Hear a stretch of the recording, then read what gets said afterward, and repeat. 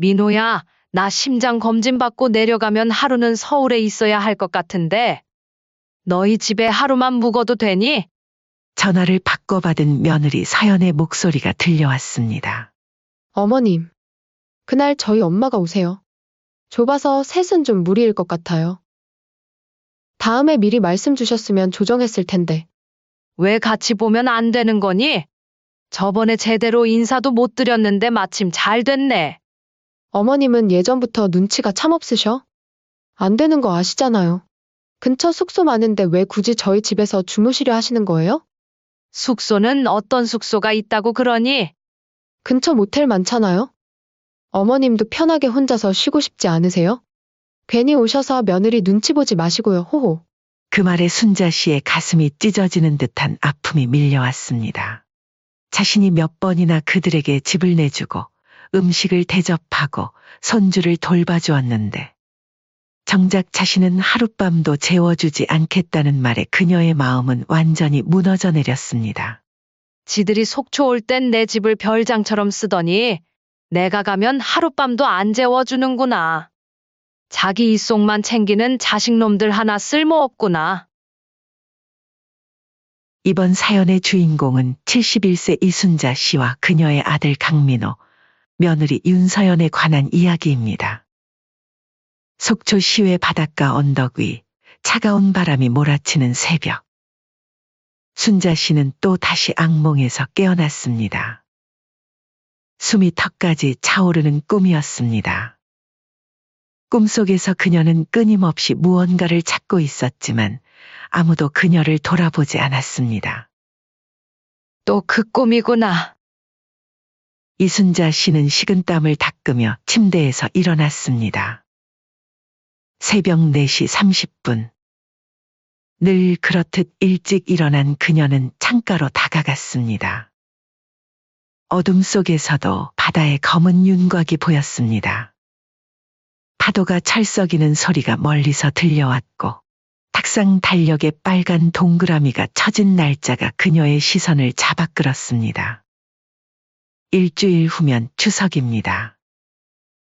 이순자 씨의 표정이 순간 일그러졌습니다. 명절. 그 단어는 이제 그녀에게 기쁨보다는 고통을 의미했습니다. 이번엔 또 어떤 핑계를 대려나? 이순자 씨는 쓰게 웃으며 주방으로 향했습니다. 냉장고를 열자 텅 비어있는 공간이 눈에 띄었습니다. 명절 음식을 준비해야 한다는 생각에 가슴이 무거워졌습니다. 이순자 씨는 몇 년 전 남편의 갑작스러운 죽음 이후 서울 생활을 정리하고 이곳 속초로 내려왔습니다. 아들 내외와의 거리는 멀어졌지만 그녀는 새로운 삶을 꿈꿨습니다. 그 당시 60을 넘긴 사람이 사업을 시작한다니 처음엔 모두가 비웃었습니다. 하지만 작은 포장마차에서 시작한 바다보쌈은 이제 속초에서 명실상부한 맛집으로 자리 잡았고 3호점까지 성공적으로 운영하고 있었습니다. 그 나이에 뭐하러 그렇게 고생해요? 적당히 벌고 적당히 살면 되지 안 그래요? 라는 질문에 순자 씨는 늘 미소로 답했습니다. 하지만 진짜 이유는 따로 있었습니다. 아들과 손주를 위해서였습니다. 아직도 그녀는 서울에 사는 아들에게 매달 용돈을 보냈습니다. 큰 액수는 아니었지만 그 돈을 모으기 위해 그녀는 허리가 끊어질 것 같은 통증을 참으며 매일 주방에 섰습니다. 아침 8시 휴대폰이 요란하게 울렸습니다. 화면에는 우리 아들이라는 이름이 떠 있었습니다. 순자 씨의 심장이 한 번 크게 뛰었습니다. 여보세요, 민호야? 엄마, 잘 지내셨어요? 저희 이번 추석에 내려갈 건데. 민호의 목소리에는 뭔가 눈치를 보는 듯한 톤이 있었습니다. 순자 씨의 가슴이 또 한 번 쿵 내려앉았습니다. 그래, 언제 오는데 그래? 아, 그게. 이번에도 서연이 친정 먼저 들렀다가 갈 것 같아요. 명절 둘째 날 오후에나 도착할 것 같은데? 매년 반복되는 대화였습니다. 항상 며느리의 친정이 먼저였고 자신은 항상 후순이었습니다. 알았어. 조심히 오거라. 짧게 대답한 순자 씨는 전화를 끊었습니다. 뭐, 오는 것만 해도 다행이지. 그녀는 중얼거렸지만 가슴 속에선 쓰라린 아픔이 번져갔습니다. 명절에 아들 내외를 맞이하는 것은 기쁨이 아니라 고통이 되어버린 지 오래였습니다. 그들의 방문은 언제나 같은 패턴으로 진행되었습니다. 도착하자마자 어머님, 저희는 잠만 자고 조금 돌아다니려고요. 손주는 부탁드릴게요. 라는 며느리의 말과 함께 둘은 손을 잡고 나가버립니다. 순자 씨에게 남는 것은 돌봐야 할 5살 손주와 어질러진 집뿐이었습니다. 71세의 나이로 하루 종일 활발한 아이를 따라다니는 것은 쉬운 일이 아니었습니다. 그녀의 허리는 이미 여러 번 수술을 했고 무릎 역시 성한 곳이 없었습니다. 하지만 그녀는 결코 불평하지 않았습니다. 손주를 보는 것만큼은 행복했으니까요. 문제는 아들 내외가 귀가하는 시간이었습니다. 자정을 넘긴 시각, 술에 취해 돌아온 그들은 어머님, 해물보쌈 남은 거 없나요? 없으면 조금만 해주시면 안 될까요? 저번부터 어머니 해물보쌈 먹고 싶었단 말이에요. 새벽 2시에 해물보쌈을 찾는다고. 정신이 있는 거니 없는 거니? 에이, 어머니도 참 저희 조금만 더 먹고 잘게요. 그리고 그 다음 날 그 술상을 치우는 것도 그녀의 몫이었습니다. 이뿐만이 아니었죠. 명절 내내 아들 내외는 점심도 저녁도 어머니와 따로 먹었습니다. 손주는 맡겨놓고 둘만의 시간을 즐겼습니다. 순자 씨와 함께 밥을 먹는 건 기껏해야 숙취로 힘들어하는 아침에 엄마, 북엇국 좀 끓여줘. 라고 부탁할 때뿐이었습니다. 순자 씨는 떨리는 손으로 약봉지를 뒤적였습니다. 혈압약, 관절약, 위장약. 그녀의 하루는 온갖 약으로 시작해 약으로 끝났습니다. 의사는 스트레스를 줄이라고 했지만 그게 말처럼 쉬운 일이 아니었습니다. 한 번은 아들에게 이야기한 적도 있었습니다. 민호야, 엄마랑도 좀 시간 보내면 안 될까? 명절마다 이렇게 와서 밖에서만 시간 보내니까 엄마는 좀 서운해. 순간 아들 민호의 표정이 굳었습니다. 그리고는 미안한 기색을 보이더니 이내 변명을 늘어놓았습니다. 엄마, 정말 미안해요. 근데 서연이가 1년 내내 스트레스 받으면서 일하다가 이렇게 속초 와서 바다도 보고 맛있는 것도 먹으면서 쉬는 거니까 이해해줘요. 다음에는 꼭 엄마랑 시간 많이 보낼게요. 하지만 매년 같은 시기였죠. 그렇게 6개월이 지났을 때였을까요? 지친 하루를 마치고 돌아온 순자 씨의 집에 또 한 번 전화가 걸려왔습니다. 그녀는 무거운 발걸음으로 전화기를 들었습니다. 아들 민호의 목소리였습니다. 엄마, 이번에 지수랑 처가 식구들이랑 속초로 여행을 오기로 했거든요. 혹시 며칠만 엄마 집에서 묵어도 될까요? 사돈댁 식구들이랑 같이 오는 거야? 다 같이 자려면 불편할 텐데. 지수가 장모님한테 먼저 엄마 집에서 자도 된다고 얘기해서 이제 와서 안 된다고 하기가 제 입장이 좀 그래요. 그냥 잘 공간만 있으면 돼요. 불편하게 안 할게요. 아들 며느리는 자신에게 먼저 상의도 없이 이미 사돈 식구들에게 여기서 자도 된다고 약속을 해버린 것이었습니다. 이제 와서 거절하면 자신이 인심 없는 시어머니가 되는 상황이었습니다. 순자 씨는 긴 한숨을 내쉬었습니다. 그리고 마지못해 허락했습니다. 그래. 언제 온다고? 이번 주말이요. 금요일 저녁에 도착할 것 같아요. 토요일, 일요일 이틀 묵고 월요일 아침에 출발할게요. 순자 씨는 전화를 끊고 창밖을 바라봤습니다. 다가올 며칠간의 고역을 생각하며 걱정만 가득했죠. 예상대로 처가 식구들을 포함해 총 6명이 순자 씨의 집으로 몰려왔습니다. 금요일 저녁 도착한 그들은 인사를 나누고 짐을 풀었습니다. 작은 집은 순식간에 사람들과 가방들로 가득 찼습니다. 순자 씨는 미리 준비해둔 간식과 차를 내놓았습니다. 하지만 그들은 첫날부터 순자 씨를 철저히 배제했습니다. 어머님, 저희 나가서 식사 좀 하고 올게요. 그들은 단체로 외출 준비를 했습니다. 순자 씨는 순간 당황했습니다. 오랜만에 보는 사돈 식구들이라 함께 먹을 저녁을 준비하려고 했는데 그들은 이미 나갈 준비를 하고 있었으니까요. 아, 같이 갈까? 어디서 먹으려고? 순자 씨가 조심스럽게 물었습니다. 그러자 며느리 서연이 잠시 당황하더니 곧 미소를 지었습니다. 아, 그게. 4명만 예약했는데 어떡하죠? 다음에 같이 가요. 뭐? 4명만 예약했다고? 그게 어머니는 일 나가실 줄 알고 같이 못 드시는 줄 알았어요. 그럼 그 전에 한번 물어보지 그랬니? 나는 당연히 같이 식사할 줄 알았는데. 이거 곤란하게 됐네요. 그래, 알겠다. 그럼 식사는 다음에 하는 걸로 하자.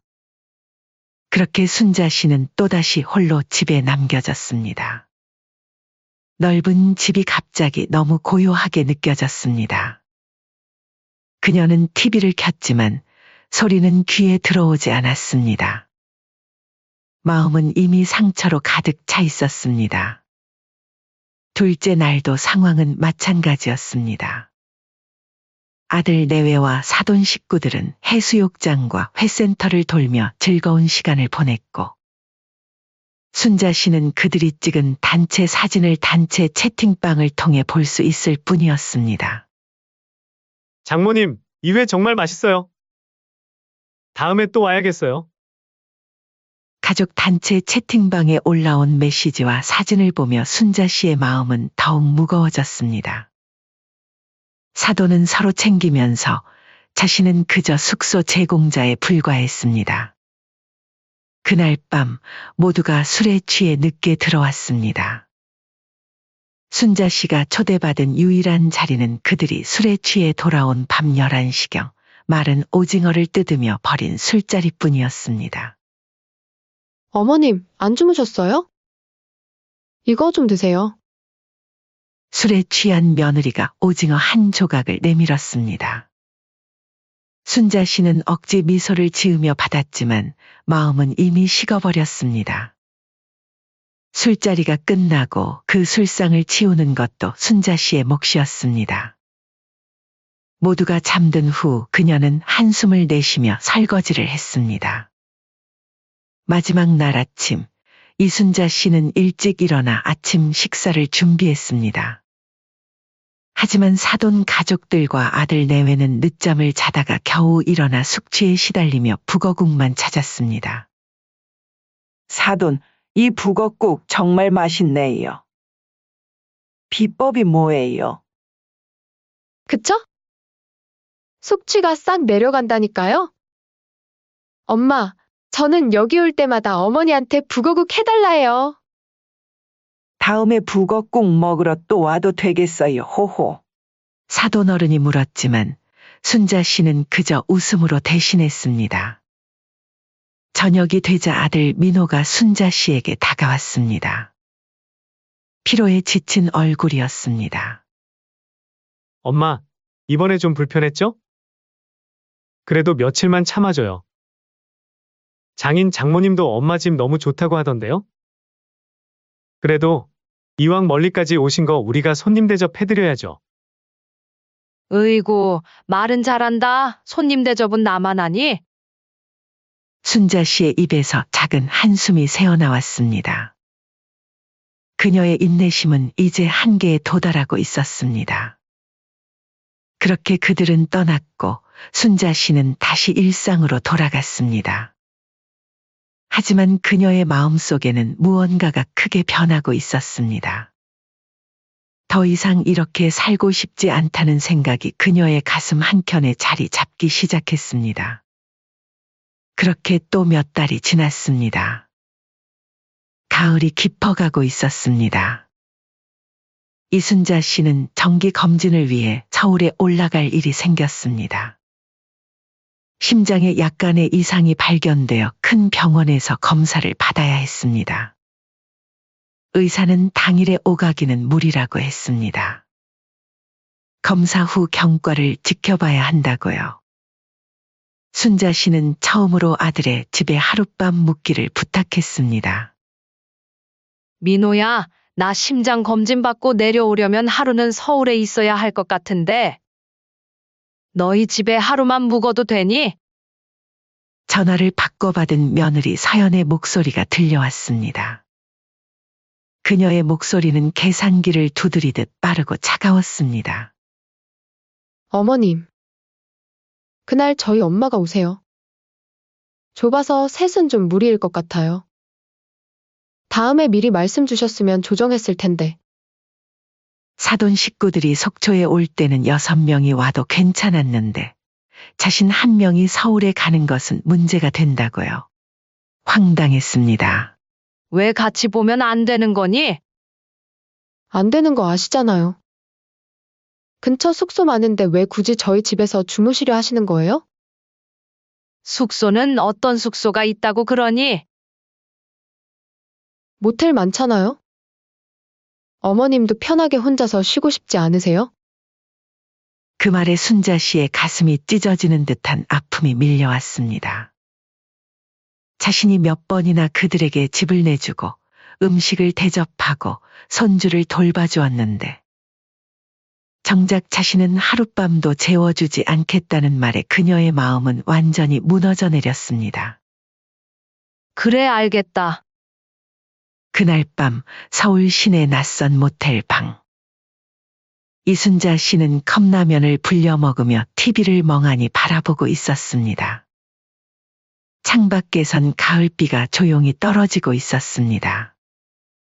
병원 검진을 마치고 아들 내외의 거절로 이렇게 모텔에서 하룻밤을 보내게 된 현실이 그녀에게는 너무나 서글펐습니다.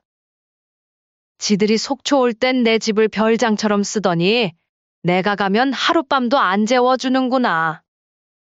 다음 날 아침 순자 씨는 평소보다 속초행 버스에 올랐습니다. 집으로 돌아가는 길 그녀의 머릿속에는 이미 계획이 서 있었습니다. 그렇게 며칠 뒤 아들 민호에게서 전화가 왔습니다. 엄마, 이번에 지수랑 둘이 휴가 받았는데 좀 쉬러 내려갈게. 순자 씨는 담담하게 대답했습니다. 그래, 내려와라. 그리고 전화를 끊자마자 순자 씨는 현관 비밀번호를 바꾸기 시작했습니다. 이전에 아들에게 알려준 번호가 아닌 완전히 새로운 번호로 말이죠. 당일 오후가 되자 아들 내외가 속초에 도착했습니다. 그들은 현관 비밀번호를 눌렀지만 오리움만 울릴 뿐이었습니다. 2번, 3번. 계속해서 시도했지만 결과는 같았습니다. 엄마. 우리야? 이거 왜 비밀번호가 안 되지? 민호가 현관문을 두드리며 외쳤습니다. 잠시 후 문이 열렸고 순자 씨가 조용히 그들을 바라보고 있었습니다. 그녀의 표정은 평소와는 달랐습니다. 더 이상 굽히고 참는 표정이 아니었습니다. 어머님, 왜 비밀번호 바꾸셨어요? 우리 오는 거 아셨잖아요. 서연이 얼굴을 찌푸리며 물었습니다. 순자 씨는 잠시 침묵했다가 서늘한 미소를 지으며 며느리의 말을 그대로 되돌려 주었습니다. 짐 바리바리 싸들고 온 거 보니까 숙소 안 잡았구나. 에이, 당연히 어머니 집에서 자는 줄 알았죠. 그런데 근처에 숙소 많은데 왜 굳이 우리 집에서 자려고 하니? 그 말에 며느리의 표정이 일그러졌습니다. 민호는 당황해서 어머니와 아내 사이에 끼어들었습니다. 엄마, 서연이가 그런 말 한 건 좀 예민했을 때고. 그냥 들어가서 이야기하면 안 될까? 서울에서 내가 하루 자고 간다니까 너희 엄마 온다. 좁다. 예약 안 했다. 핑계가 100가지더라. 그런데 너희 둘이 바닷바람 쐬고 싶으니까 내 집은 아무 때나 되는 거니? 너희한텐 이 집이 쉼터였겠지. 근데 나한텐 매번 너네가 올 때마다 상처 주는 그런 공간이었어. 며느리는 억울하다는 듯 반박했습니다. 어머님, 저희도 그냥 잠깐 쉬러 온 건데 이렇게까지 하실 일은 아니잖아요. 어머님, 너무 감정적으로 하시는 거 아니에요? 그 말이 끝나기 무섭게 순자 씨가 단호하게 말을 끊었습니다. 감정적으로? 그 말 서울에서 모텔에서 컵라면 먹던 밤에 들었으면 참 좋았겠다. 나한텐 집이 있어도 잠잘 곳이 없었거든. 됐어요. 그냥 나갈게요. 다 늙어서 어른답지 못하게 이렇게까지 하실 거예요. 세상 어떤 어머니가 자식을 길바닥에 내쫓아요? 저희는 어머니 보려고 속초까지 내려왔는데. 말은 바로 하자. 너네가 나보러 속초까지 왔니? 휴양하러 왔지? 그리고 너 말대로 세상 어떤 자식이 부모를 모텔에서 재우니? 너희는 그냥 내 진심도 내 마음도 내 노고도 당연하게 소비만 해온 사람들이야. 그 이상도 이하도 아니야. 엄마, 진정하세요. 쪽팔리게 왜 그러시는 거예요? 며칠 사이에 왜 이렇게 유치해지셨을까 모르겠네요. 이렇게 저희 보내시면 저는 서연이한테 쪽팔려서 어떻게 하라고요? 민호야, 너는 너 쪽팔린 것만 생각하지. 너네가 그동안 했던 행동들을 되짚어봐라. 엄마 나이가 벌써 70이 넘었다. 나도 이제는 너네들 받아줄 여력이 없어. 그날 저녁 아들 내외는 어쩔 수 없이 근처 모텔을 예약했습니다. 문을 닫고 홀로 남은 순자 씨는 거실 소파에 앉아 깊은 숨을 내쉬었습니다. 가슴이 아팠지만 동시에 어떤 해방감도 느껴졌습니다. 오랫동안 참아온 진심을 마침내 말할 수 있었다는 것. 그리고 더 이상 일방적으로 희생하지 않겠다고 결심한 것. 그것은 그녀에게 새로운 시작이었습니다. 아들 부부가 단단히 화가 났는지 그 사건 이후부터는 순자 씨가 연락을 해도 전화도 문자도 안 받았습니다. 이놈 자식들 이렇게 나온다 이거지? 자식 노릇 안 하는 놈에게는 나도 부모 노릇 안 할 거다. 결국 순자 씨는 중대한 결정을 내렸습니다. 순자 씨는 증여계약서를 정교하게 작성하기 시작했습니다. 내용은 단순했지만 충격적이었습니다. 자신이 사망 시 상가 세 채의 전부 지역복지재단에 증여. 보유 예금은 요양보호사 지원기금으로 기부. 아들 민호에게는 현금 1천만 원만 상속. 자녀 부동산 세금 및 정리 비용은 복지단체에서 부담. 공증은 받지 않아서 아직 효력은 없었지만 그녀의 의지를 보여주기에는 충분했습니다. 며칠 뒤 순자 씨는 그 계약서 사본을 봉투에 넣어 택배로 아들 집에 보냈습니다. 저녁 식사를 마치고 민호가 택배 상자를 열었습니다. 그 안에는 어머니가 보낸 봉투가 있었고 봉투를 뜯자 증여계약서가 나왔습니다. 이게 뭐지? 민호가 계약서를 읽기 시작했습니다. 그의 표정이 점점 굳어갔습니다. 옆에서 며느리도 내용을 확인하더니 충격에 입을 다물지 못했죠. 아니, 이게 진짜야? 전부 복지재단에 준다고? 며느리의 얼굴이 창백해졌습니다. 그녀는 손을 떨며 휴대폰을 집어들었습니다. 어머님, 이거 진심이세요? 전화를 받은 순자 씨는 담담하게 대답했습니다. 그래. 자식 같지도 않은 너네한테 주는 것보다 사회에 기부하는 게 훨씬 나을 것 같더구나. 며느리는 말을 잇지 못했습니다. 아들 민호가 전화를 넘겨받았습니다. 엄마, 이게 무슨 일이에요? 왜 갑자기? 내가 너희에게 어떤 존재였는지 한번 생각해봐. 아니, 아무리 그래도 그렇지 저희한테 어떻게 이러실 수 있어요? 이번에도 너네 행동을 돌아볼 생각은 안 하는구나. 정말 저대로 진행하시면 저희 엄마 얼굴 안 볼 줄 아세요. 차라리 잘 됐구나. 내가 그 정도도 생각 안 하고 일을 저질렀겠니? 아들 민호는 전화를 끊고 한동안 멍하니 앉아 있었습니다. 며느리는 계약서를 다시 읽으며 얼굴이 붉게 달아올랐습니다. 여보, 이거 어떻게 할 거야? 정말 다 기부한다고. 그럼 우리는 어떻게 해? 나도 모르겠으니까 말 걸지 마. 당신이 알아서 해결해야지 그렇게 무책임하게 있을 거야? 이게 내 잘못이야. 이게 다 너네 가족 챙기느라고 생긴 일 아니야? 일단 지금 엄마 뵈러 가야겠어. 가서 어쩌게 뭐 하려고. 가서 무릎을 꿇든지 해서 용서를 빌어야 할 거 아니야? 그날 밤 아들 민호는 그렇게 바로 속초행 차를 타기로 결심했습니다. 며느리도 잠시 고민하더니 함께 가겠다고 했습니다. 다음 날 아침 이순자 씨가 가게 문을 열려고 할 때 문 앞에는 아들 민호와 며느리 서연이 서 있었습니다. 민호의 눈은 밤새 울었는지 붉게 충혈되어 있었고 얼굴은 수척해 보였습니다. 엄마. 내가 바보였어요. 지수 눈치만 보느라 엄마 마음 한번 제대로 들여다보지 못했어요. 민호의 목소리가 떨렸습니다. 그는 깊이 고개를 숙였습니다. 제발 증여계약서 취소해주세요.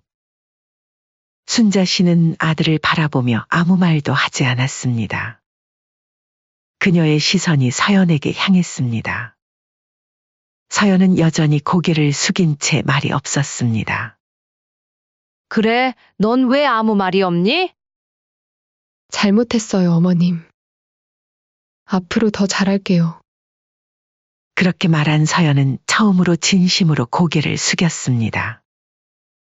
그것이 진심 어린 사과인지 단지 재산에 대한 불안 때문인지 순자 씨는 가늠할 수 없었습니다. 일단 들어오거라. 가게 안으로 들어온 세 사람은 조용히 테이블에 앉았습니다.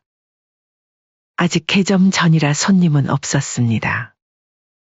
순자 씨는 따뜻한 차를 내왔습니다. 민호야, 나는 너희에게 뭐였니? 저희는 엄마를 필요할 때만 찾고 다 준비해 주시는 게 당연하다고 생각했던 것 같아요. 저는 어머님이 저희를 위해 모든 걸 해주는 게 당연하다고 생각했어요. 시어머니니까. 그게 의무라고 생각했는데 그게 아니란 걸 이제 알겠어요. 침묵이 흘렀습니다. 순자 씨는 창밖을 바라보며 깊은 숨을 내쉬었습니다.